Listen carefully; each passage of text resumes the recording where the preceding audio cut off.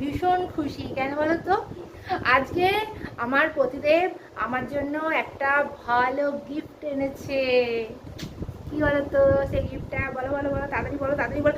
না আর সময় দেওয়া যাবে না, আমিই বলে দিচ্ছি। এটা একটা কি বলো তো, এটা হলো টক ঝাল মিষ্টি তেঁতুলের আচার। তেঁতুলের আচার খেতে কে না ভালোবাসো? তোমরা বলো বলো, তোমরা ভালোবাসো তো? সবাই ভালোবাসো। আমার ছেলে আর আমি তো ভীষণ ভালোবাসি। এই আচারটা 1 সপ্তাহের মধ্যে পুরো ফিনিশ হয়ে যাবে। খালি ডাব্বা তোমাদের দেখিয়ে দেবো। এনিওয়ে, ছোটবেলায় আমার মা তেঁতুলের আচার বানাতো বাড়িতে। আর আচার দেখলে ছোটবেলার কথা মনে পড়ে যায়। ছোটবেলা বিশেষ করে তেঁতুল, আমার বাবা বাজার থেকে ওই পাকা তেঁতুল হয়